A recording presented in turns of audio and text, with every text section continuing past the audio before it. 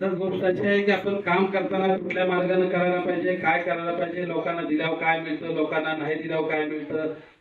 राजकीय मागाशी आकाशने सांगितलं, योजना आल्यानंतर ग्रामपंचायत मला निधी त्याला कशासाठी पाहिजे असतो, पंचायत समित्या कशासाठी पाहिजे असतो, त्यानंतर जिल्हा परिषद मधून काय डीपीडीसी वगैरे असते ती कशासाठी पाहिजे असते.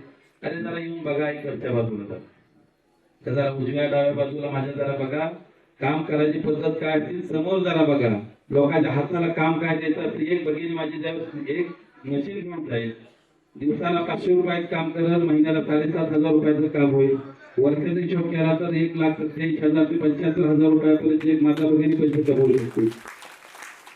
आणि योजनेचं नाव असं आहे आधुनिक बहिणाबाई, मला ओळखून पुण्याला माणूस म्हणून ते काय राजकीय व्यासपीठ आहे, पुन्हा टीका टिप्पणी करायचे विषय आहे. अशी बऱ्याच गोष्टी आपण जे राबवल्या माझ्या तालुक्यामध्ये प्रियंकाताई, आपण जवळपास 11,500 प्लस ऑपरेशन घडवून आणले. ते महात्मा फुले जन आरोग्य योजनेतून ते मला काय सांगायचंय, दोस्त साहेबांना सांगायचंय, काम करताना कुठली व्यवस्था मिळवायसाठी जटायचं नसतं. मला रावलाय मला आवर्जून सांगायचंय की तुम्ही काम निर्माण करायची भूमिका ठेवली पाहिजे.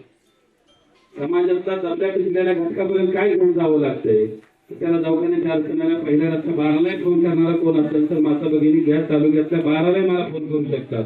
हा विश्वास शिवसेनेचा दुसरा टप्पा सुरू झालेला आहे.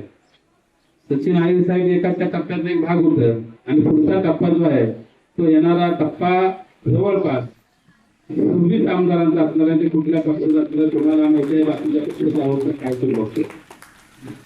राज्यातल्या लहान लहान समाजातल्या घटकांचा सगळ्यात मोठा विश्वास कोणावर, शिंदे साहेबांवर. हा माणूस प्रत्येक समाजाच्या कामासाठी सेवेकरी म्हणून असणार आहे. 22 महामंडळ राज्याच्या निर्मितीपासून निर्माण थोडी केली असेल तर एकनाथ शिंदे साहेबांनी केली. त्याला कुमार हिवरकर पाटील हे नाव आलं.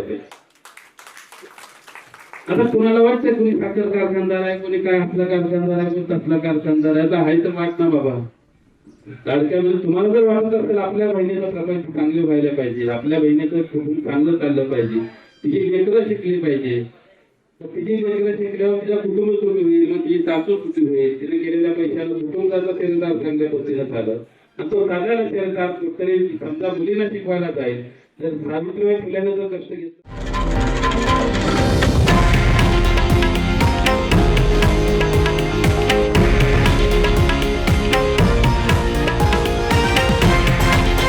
हे आहे देशातील नंबर 1 न्यूज नेटवर्क आणि आपण पाहत आहात TV9 मराठी, एकमेव.